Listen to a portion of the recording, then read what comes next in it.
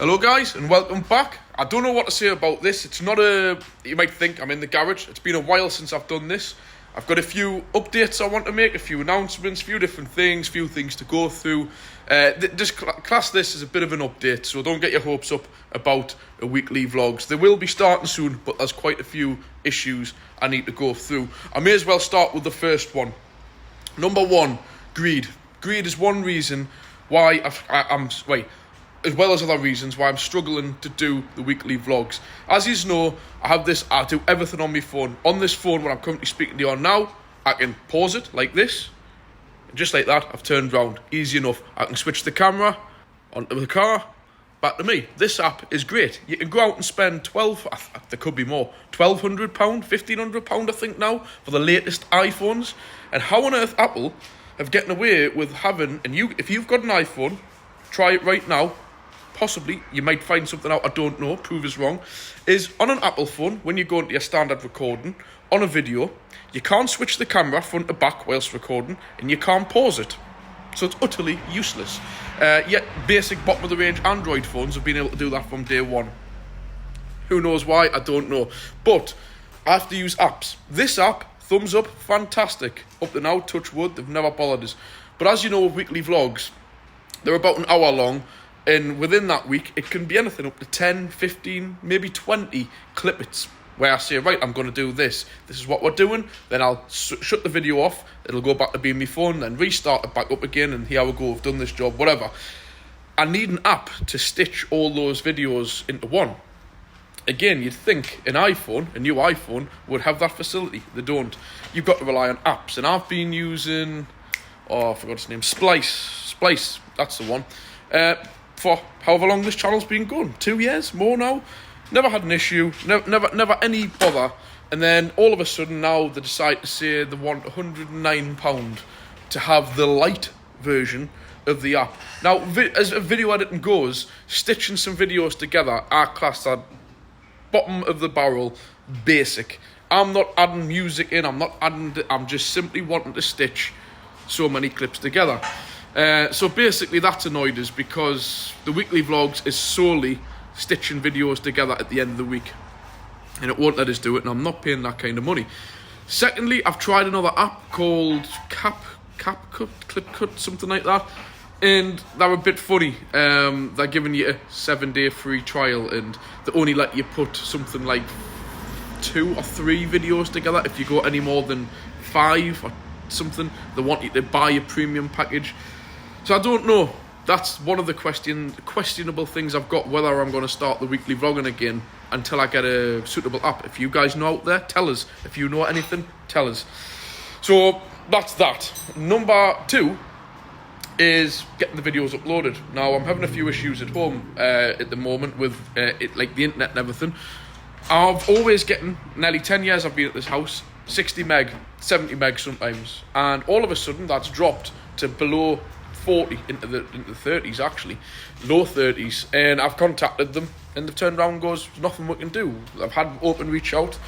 So anyways, cut the long story short, I've pulled the plug with Sky because they can no longer reach the promised, I think it's 57 megabytes is the guaranteed minimum speed, and they can't even get it above 40. So they've said you're no longer in contract, which I was locked into till May. So without, my line goes dead. I just wanted to cancel with them while they said I could. So my line goes dead on the 12th of October. So as of then, I don't have broadband. I've only got the 4G on my phone, which takes too long. And again, in this garage here, which isn't far from where I live, we're having similar issues. This is an issue in this whole area, and I think it's due to the newer housing estate that built up the road or something like that. And there's another one further up towards Bedlington. Has obviously just put strain on the system or something, and it's dropped from 60 to 40, 30s, and nobody's got no answers. They're just letting you end your contracts.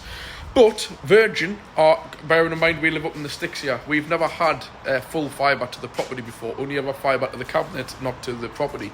So supposedly Virgin are going to be live within our street within the next few weeks, and that's direct fibre broadband. So yeah, we're going to be talking up to a gig 1,000 megabytes over 40, 50 and 60 I've been dealing with. So when that is up and running, but there's going to be a month or so or 2 months of no internet, some internet, and until that's up and running, it'll be happy days. It'll help all me uploading by a massive amount to be able to upload all my videos quickly. That's another thing that takes a lot of time, is when I'm sitting on my phone trying to do all the video uploads, then having to watch them back, edit them, and all the rest of it takes time. Honestly, it really does. And annoyingly, using the phone, you're dealing with the apps. YouTube app, sometimes it behaves, it'll just upload a video in the background, no problems. Quite often it's not. It'll only upload when you have the screen live and active. So, as you know, when you leave your phone unattended, within a matter of minutes, seconds, it goes into like a standby mode. And when it does that, it shuts it off. And you come back to it and you're like, hold on, it was on 5% an hour ago. And then you sit and you watch it, and every time, just as you know your phone's going to go to sleep, you just touch the screen, and it'll keep going and going. So you've got to sit there for nearly an hour, touching your phone every few minutes to make it stay live, as if you want to say it, like active. So that's a pain. So they're just some reasons why I haven't been doing the weekly vlogging, as well as personal reasons. We've been doing camping, I've been away, just generally in the garage, to be totally honest, over the summer. It has just been hectic. Hence, this is the only day I've had to have a bit of time just to do a video. So I just wanted to give a whole roundup of how things have been. Along the lines of other platforms, I've kind of given up with, I forgot what they're called now, TikTok and all that, and the other ones. Anyway, the only platform I ever use now is Facebook. So if you do want to head across the Facebook channel, go ahead, go there. But as you know, on this, like the actual YouTube, I make a little bit through the monetization, a very small amount, but it's enough to buy, like I keep saying, coffees and things like that, and little bits and bobs for my projects, which I'll get into later. So if you want to have a little bit of interaction, head across to Facebook, Cardiff Garage Northeast, have a look on there. But I want to just go to something again, not doom and gloom, but I don't get paid anything for the Facebook stuff. The YouTube, I don't technically get paid, it's just the adverts they put on at the beginning, the middle, and it all helps towards what I do. But I have noticed recently, over the last few months, I must admit everything's grown quite well. I've just hit over 3,000 subscribers on the main channel and over 500 subscribers on the Facebook. So naturally we're getting quite a lot more new faces on there, people who I'm not aware of. And obviously people can freely join, people can freely comment.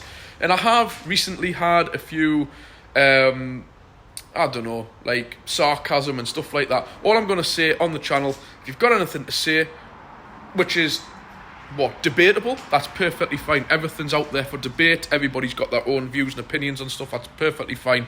But what I'm finding a lot on the YouTube, on the Facebook side of things, a lot of sarcasm and repeat kind of stuff like that. At the end of the day, guys, I don't get paid for it. I can't be bothered. And if it continues, I will unfortunately just start hitting the block button. I won't respond. I've got other things in my life going on. I don't need it. So if you haven't got nothing positive to say, of course you don't need to agree with what I say. 100% you can turn around and go, well, actually, Dan, I don't like that Hyundai. I think Hyundais are crap. Fair enough. That's your opinion. But when I'm getting the bits of sarcasm, once in a while, perfectly fine. I can take a bit of banter. That's what it's all about. But when it gets time and time, it just gets a bit old, gets a bit boring. And I can't really be bothered to. I've been through a few things that's gone on when I've posted something about a car, something, and people are picking up like, oh, there's some rust on that wishbone arm. It's like, it's a 180,000 mile car that's nearly 20 years old. Of course, there's going to be a bit of rust on some underbody components. I don't know if these people are from different countries where they don't have rust, but this is the north of England. Every car, even a 1-year-old car that's seen one winter, has rust underneath. It's just normal. So all I'm going to say is try and just keep things upbeat, positive, and that's fun and games, isn't it? Why, instead of being doom and gloom and sarcastic and all the rest of it, because I won't reply anymore now. I've found by replying, it's just fueling the fire, fueling the issue. So if I get any more sarcasm, the block button will be used, and that'll be that. So don't be offended if you're one of them people.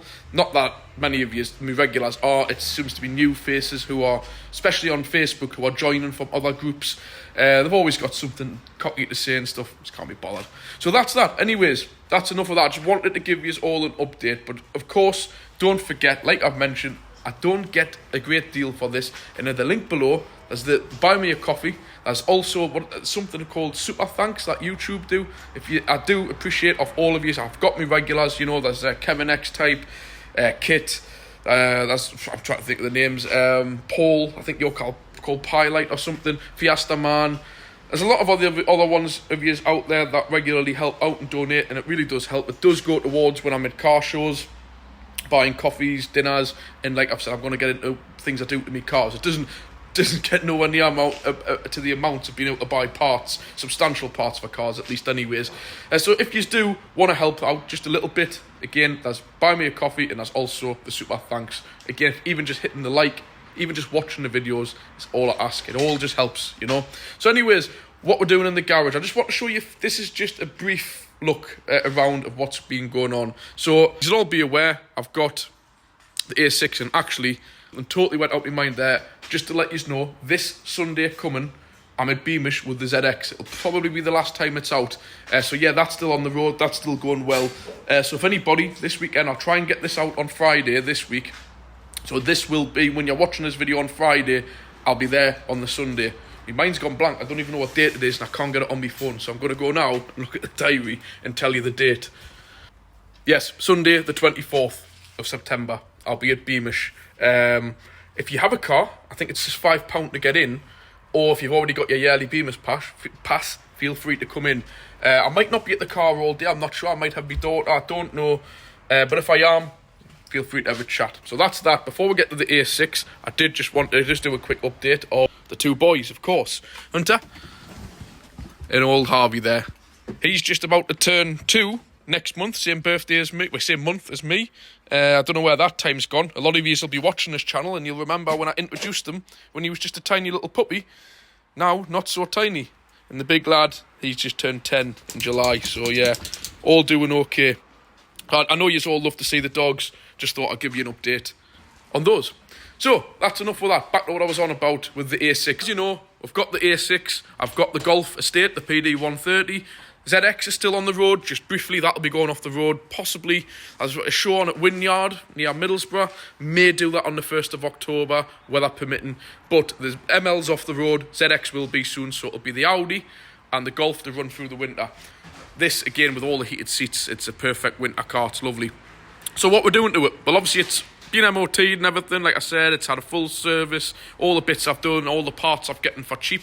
The original, you might have seen it again, follow on my YouTube, on my Facebook channel, and you'll get regular updates of what I do, like where I'm fitting a fuel filter. I can't just do a video for the sake of a fuel filter. So I got a UFI, original equipment fuel filter, on eBay for like a tenner. I think, error, £20, because they were nearly £60 to us. So I got that. It's had all the other rest of the service and done all the air filter, was a pain. And the only thing that's been bugging us with this car for a while now is it's always had a very slight rumble on the back end. No play or nothing on the other bearing, all fine for an MOT. It wasn't even rough to hear when you rotated it. And I always used to put it down to this tyre, which in fairness has been like this a little while now, and they go like castellated. If you ever have a car with a bearing noise on them, always feel around this edge, but it is castellated, but it's not to the point where I would classify it as making the noise that it does make. And this car's made this noise for a number of years, but it's just gradually started to get very noticeable on the near side rear. Even when I've sat in the back of it, when Simon was driving and stuff, you can definitely hear it this side. Now, we always put it down to that tyre and just says, well, let it get the wear out. But when I've removed the old bearing, which I've put somewhere, I'll show you in a minute, there has been water getting in through the back. But anyways, again, another eBay special. My suppliers wanted nearly £150 for this hub. It's a complete hub. And I'm simply not going to pay that. So I got the Volkswagen numbers, Volkswagen Audi, and I've put the box away. Phoebe, you'll have seen the red boxes before. In fact, it's on here. You'll have seen them before. Phoebe. It's just quite a good brand, mostly original equipment. So yeah, I got that for less than £50 with an offer code as well. So a nice new bearing hub on here. I thought they were going to be a royal pain getting these, because I've typically chucked the old fitments away. You might just be able to see, I can't see the screen, they are a very, very shallow torque. Wait, they're not even a torque, they're a spline to these here. a very fine spline idea, but luckily with the heat on and stuff, we've done that. So what I've done while I've had it off, everything's been greased, it's all been cleaned in there. I've resealed the back plate where I think some moisture was getting in, just with some clear RTV. And of course you've got to be very careful of the ABS sensor, so they just need torqued up. Disc back on, fantastic idea by Audi. You can remove a great big disc like that, and the back disc on this car is bigger than most performance cars got front brakes. Trust us. I mean, these are 17-inch wheels, I think, or 18-inch wheels, and get a look at that disc on the front. The disc itself must be about 15-inch, just alone. But the back ones aren't far off. I will say vented as well. Huge brakes. So, yeah, that disc, fantastic idea. You don't need to remove the caliper. Slides in, pushes across. I'll grease up that shroud, put it on, put the torque on. I've freed off all the pads and cleaned them up and greased them ready to go on. And I've freed off these, which are very important. The slides, you put silicone grease in them. And it's an electronic handbrake on these, so you've got to be careful with the calipers. And everything will go on. I've cleaned all these up, took them off, had the drill with the brush, which I think my dad's just been using, but he's probably just put it away. So that's all done on this. And obviously my OCD, again, this car's got a 180,000 mile A6 plate car. These are normally on cars half this age and half the mileage are rotten to bits. Yeah, there's a bit surface rust, but I've given it a quick spray with some satin black just to keep it right. Then everything will go back together. So the old bearing is sat here. As you can see, moisture's been getting in here. That's not the end of the world. It's not the Quattro one. I don't want the Quattro, by the way. And this is the ABS ring at the back, which in fairness was fine. We never had any issues, but you can see where moisture's been getting in there. And obviously it's worked its way through into the bearing, because it must just sit like a swimming pool, constantly running in water. Because this bearing has actually been replaced. I don't think by us, because everything had copper grease on, which again is a fact, because everything come away lovely, and it just proves to it, if you use the grease, it helps. So yeah, so that's done on this. So that's the work I've been doing. A bit of an update on the Audi. I may source another tyre, but these general tyres are getting hard to get a hold of. And it's got two brand new front ones, and this one on the offside is new-ish. And I'm right bad with my OCD. I cannot have two mismatching treads. So I need to try and find another general, whatever they call them, something, Ultimax 1S. And supposedly they're not getting brought into the country anymore. Typical for me, isn't it? So yeah, I just want to show a few other things on it. You know, it's got the original Audi exhaust, full stainless steel. It's just generally in crack and nick, this thing, to see it's got nearly 200,000 mile on. The typical bits of Audi, which, you know, I've got in these backlights. It's a very, very, very common C6, A6 issue. I'm not even going to waste my time bothering with them. I'm just going to try and source a second-hand set, but it only ever seems to just do it here. The light doesn't fill with water, really, or anything. Just a little bit of moisture sits here. But again, you get too finicky with older cars. You know, it's an A6 plate car, nearly 200,000 mile. If you start, I bet you these will be over £100 each. If you start just going silly, that's where you dig yourself in a hole, really. And that's why I keep reminding people, keep things sensible, keep things real. Don't go over the top. Do what needs done. Do things to help prevent issues. Improve the car, but try and keep them at a reasonable level, if you get what I mean. Hence the sat-nav stopped working on it. And I had a Poundland disc cleaner. Remember the CD discs with the little brushes on? Pop that in, set it away, put the disc back in. It's worked fine ever since. Touch wood. Little things like that, yeah. But putting a whole new DVD disc reader in, what's the point? You know what I mean? You're just giving yourself a headache for nothing. So that's that anyways with the A6. This thing here, I forgot what they even call them. It's SX4 crossover or something? I don't know. S-Cross SX4 Suzuki. But forget what this car is, because we're going to talk about the steering rack here. This steering rack, I believe, is fitted to God knows how many different vehicles. Most of the Suzuki range. Hyundai and Kia keep coming up for this as well. Older Vauxhalls, like the Corsa Cs and stuff. Now, what these have got, just in case people don't know, I'll show you underneath when I find the torch, which is here. These have, this Audi, for example, has got a full hydraulic system. It's got a pump connected to the engine, spinning by the belt, providing high-pressure fluid to the rack, which obviously moves by the steering rack. It's simple enough as it gets. Then you've got hydroelectric, which instead of having the belt spinning a physical pump. It's just the alternator provides a 12-volt feed to an electric pump, which pumps the same. It's the same system. It's a fluid system, which, funny enough, Astra G's have. There's no power steering pump driven off the belt. It's just the actual 12-volt motor being run by the alternator. And then we'll have a third system, which is very, very commonly used now on a lot of new cars. In fact, Fiat were one of the first companies to use it in the Puntos and stuff, is electric magnetic power steering, which has no fluid in at all.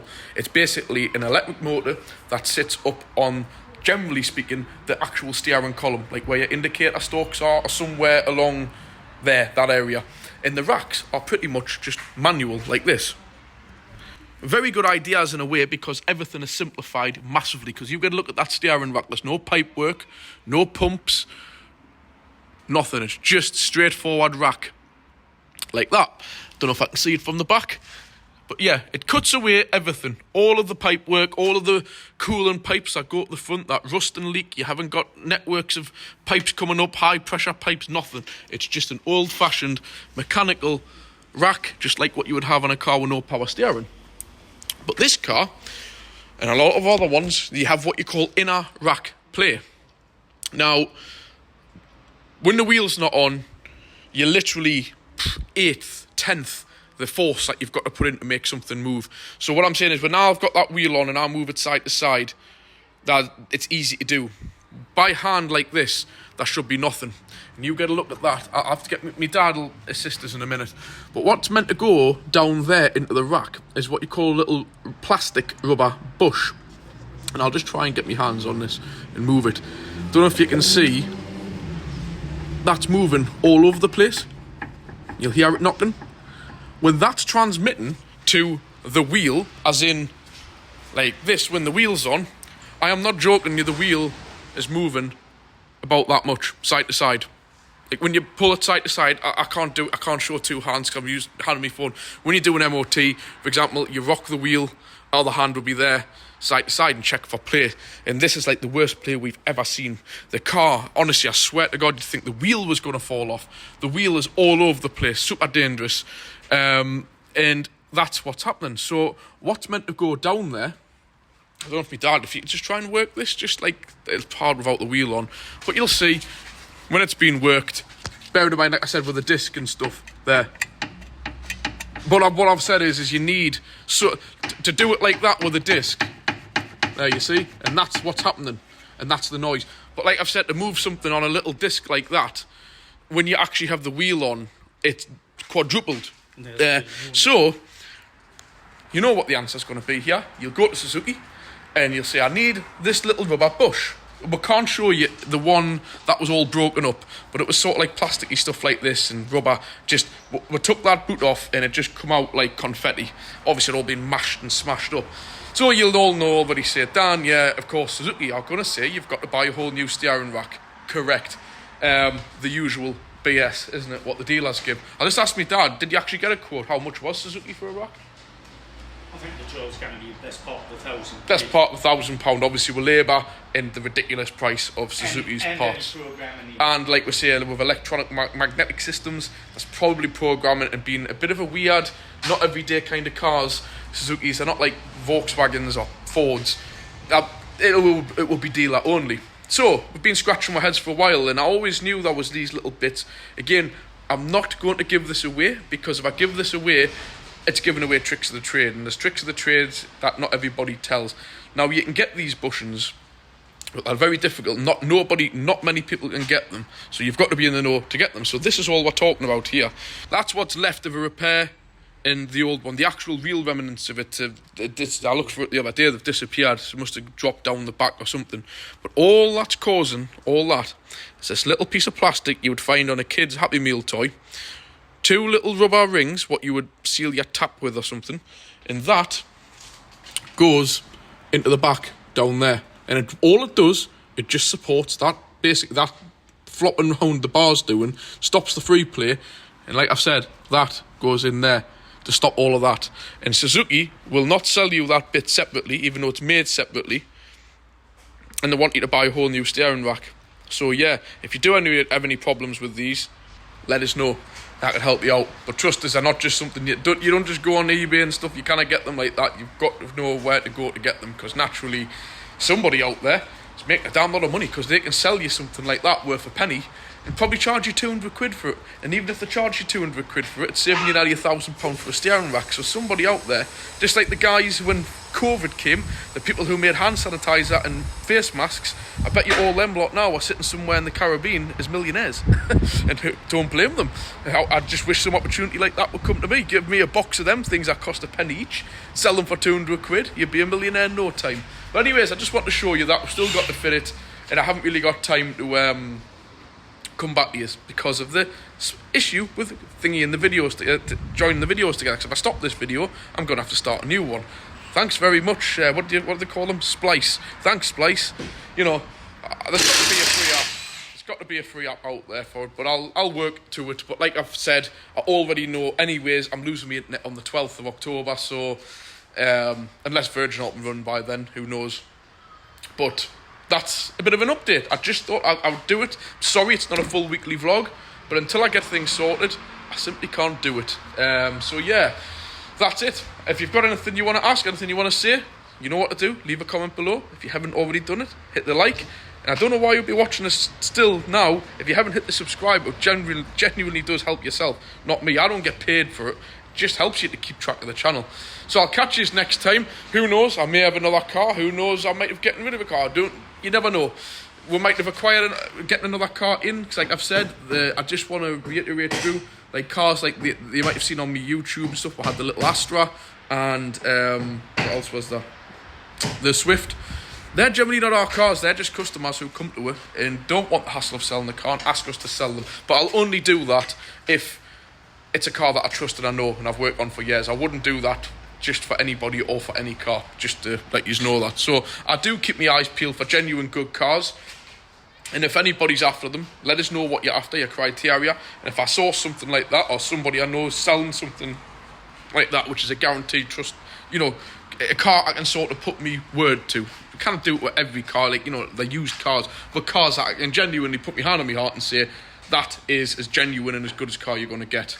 And there's all sorts coming in, from newer stuff to older stuff, that just customers say, look, we're buying a new car, do you know anybody who's after this, this or this? And I'll ask around and see if anybody's interested in something like that, whether it's old or new. I'll put it on my page, Facebook page though. So yeah, I'll catch you all soon. Thanks for watching, and hopefully I'll be back soon with some weekly vlogging if I can get some editing software sorted. Thanks, bye.